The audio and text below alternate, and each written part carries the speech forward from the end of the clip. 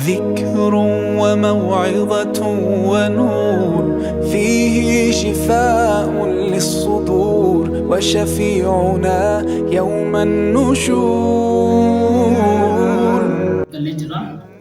سكنتا تنيوم مهدون لسيرا حرام سقلبي جت سكنتا حرام سقلبي ويا راتي إن شاء الله مهدون حراوة قلبي حراوة الكائن حراوة الدودي دبون الموندي قلبي تني رفرش بالله سكنتا كوني كدي آدمي كم ملوان تف إن شاء الله نورين تي داري قرآن بنيت مجموعة سكنتا أنا تي أرتنا سب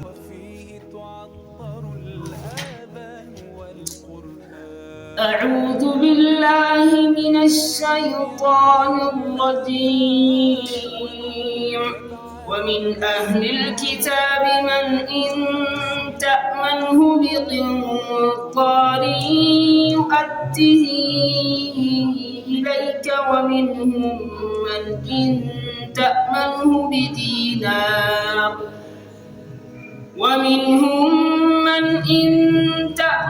بدينار لا يؤديه إليك إلا ما دمت عليه قائما ذلك بأنهم قالوا ليس علينا في الأميين سبيل ويقولون على الله الكذب وهم يعلمون بلى من أوفى بعهده واتقى فإن الله يحب المتقين.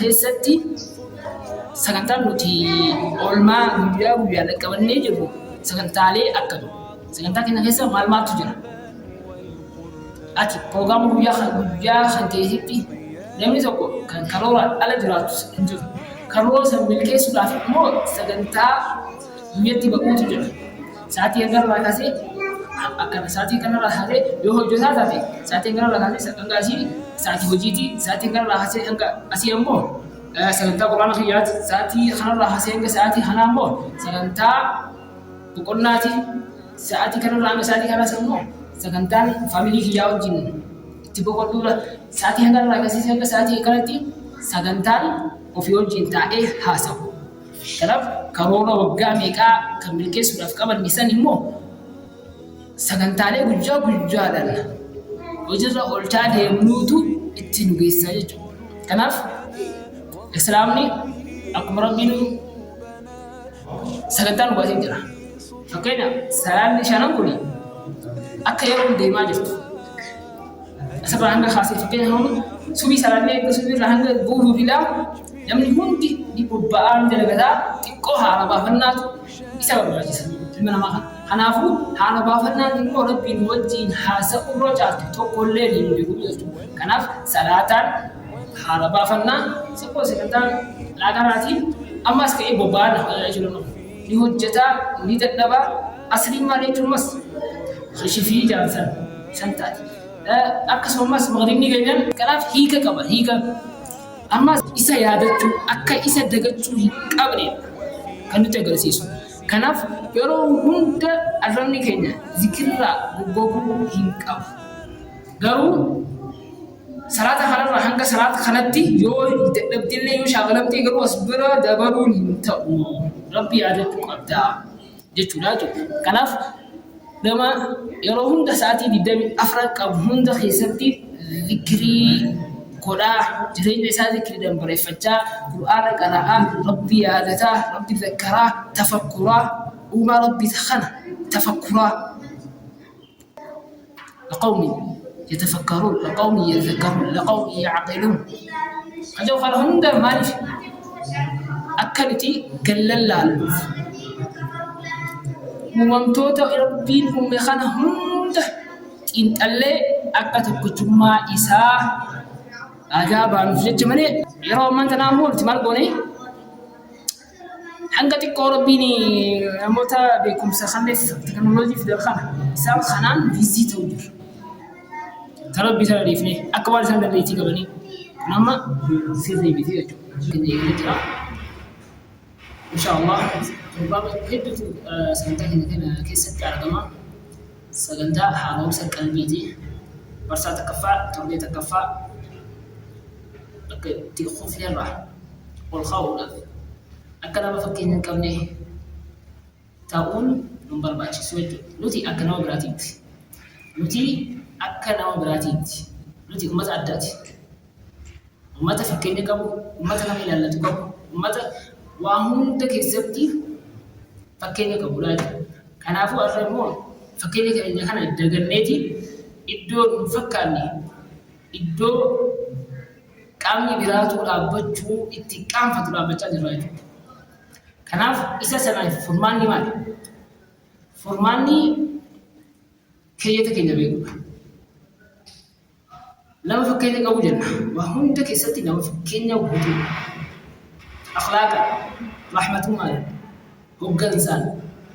Waa hunda keessatti hanga fiizikaala ga'utti nama fakkeenya nuuf ta'uu qabna jechuudha. Fakkeenya keenya eenyu?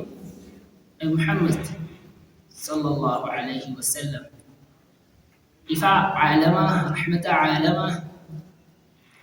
Sa'aatii yeroo zabana itti dukkanti itti wal qabde.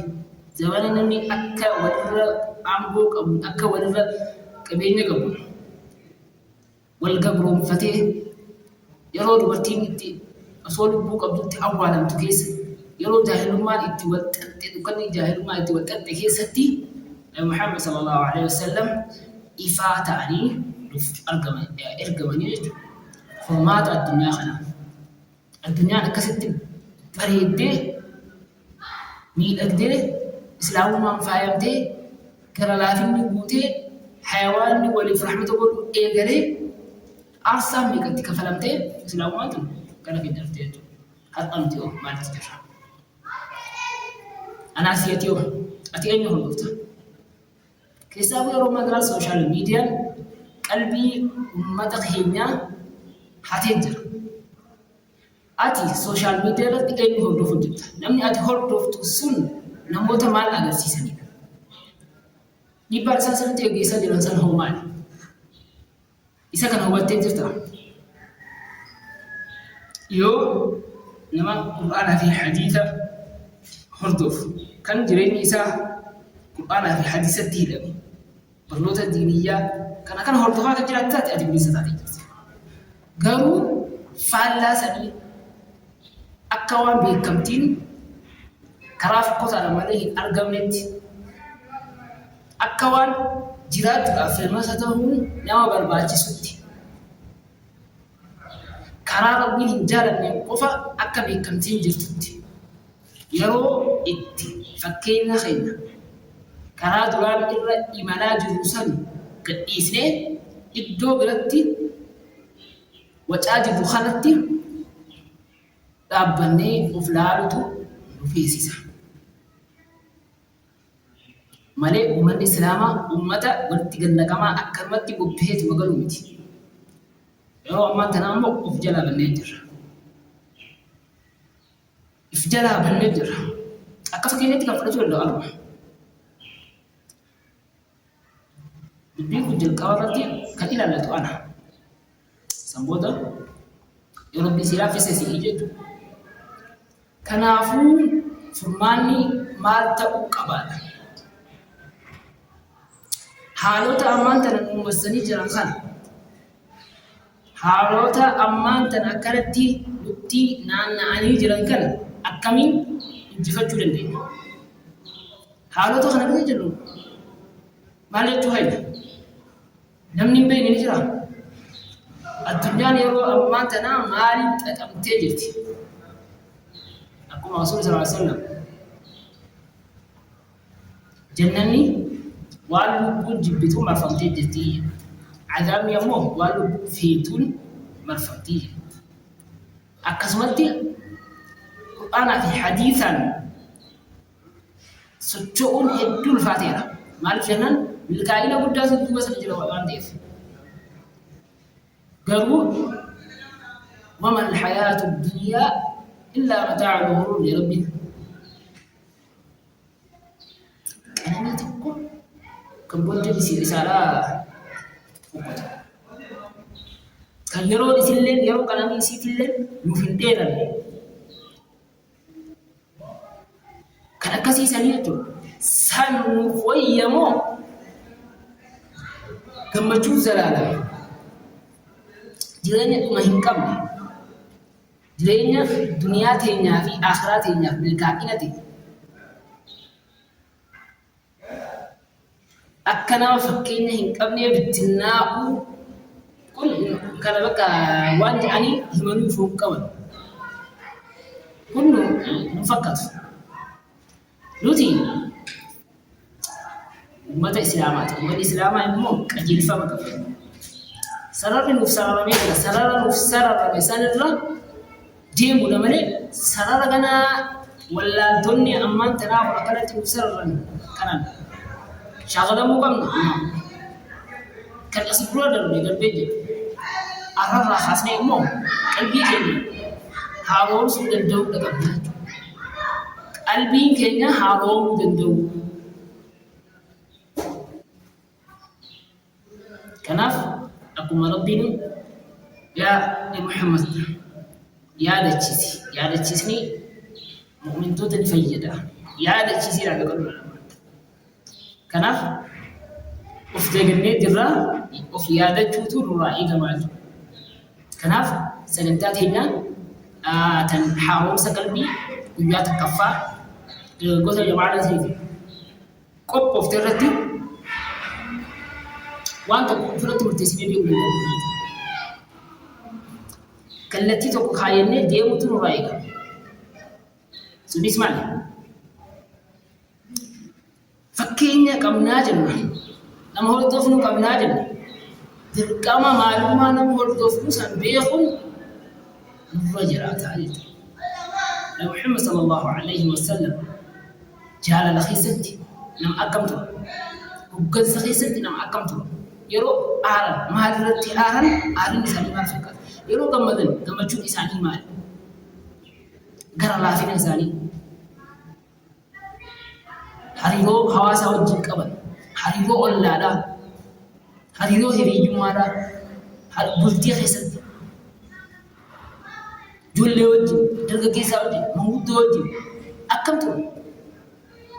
Isa kana dirqama hordofuudhaaf seenaa Nabi Muhammad sallallahu alaihi wasallam beekuun dirqama nurratti tahaa jechuudha. Sallu alaihi Allahumma salli wa sallim ala sayyidina Muhammad. Kanaaf ka'umsi keenyas maali? Waan nurraa bade sana deeffachuu danda'u, waan nurraa bade sana deeffachuu danda'uudha qabna. Amaloota keenya akka gadhiisne kan uummanni Islaamaa qabu san deeffachuu danda'uudha qabna. Yoo haala saniin hin taane halaaka guddaatu quunnamaa jira. Fuulduratti boolla ajaa'ibaa ta'a keessaa bahuu hin dandeenye keessa seenuun keenya ifaa jechuudha. Walii gala jiraame. Kanaaf qajeelfamni nuuf kaa'amee jira. Qur'aanni nu gidduu jira, hadiisni jira. Isa kana halkaniif guyyaa dubbisu qofaadha. Seenaa Nabi Muhammad sallallahu alaihi wasallam si akka seenaa darbee tokkotti ilaalamuudhaan miti. Seenaan isaanii qajeelfama jireenya keenyaati. Malee jennee waan bira dabarruu miti. Sarara isaan nuuf kaasan irra deemuutu nurratti dirqama ta'aa jechuudha. Kun immoo dirqama milkaa'ina duniyaa keenyaatiif akhiraa keenyaatiif dirqama.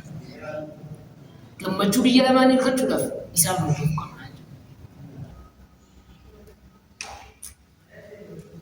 Karaa isaan nuuf kaanirra imallaa jechuudha. Kanaaf hedduu wal jaalannaa haalota amma keessa jiru kana jijjiiruu danda'uu qabna jechuudha. Inshaallah Rabbi nurratti haa laaffisu haalli jiru ulfaataadha. Garuu yoo ofirratti hojjenne wanni hin danda'amne hin jirtu jechuudha. Jijjiirama akka ajaa'ibatti. Isa kanaaf ammoo dirqama maal gochuu qabna ofitti himuu lubbuu keenyatti of himuu ta'uu qabna. Lubbuu keenyatti himuu danda'uu qabna jechuudha. Kanaaf kara bakkaataa inshaallah waliin deebina. Assalaamu alaikum.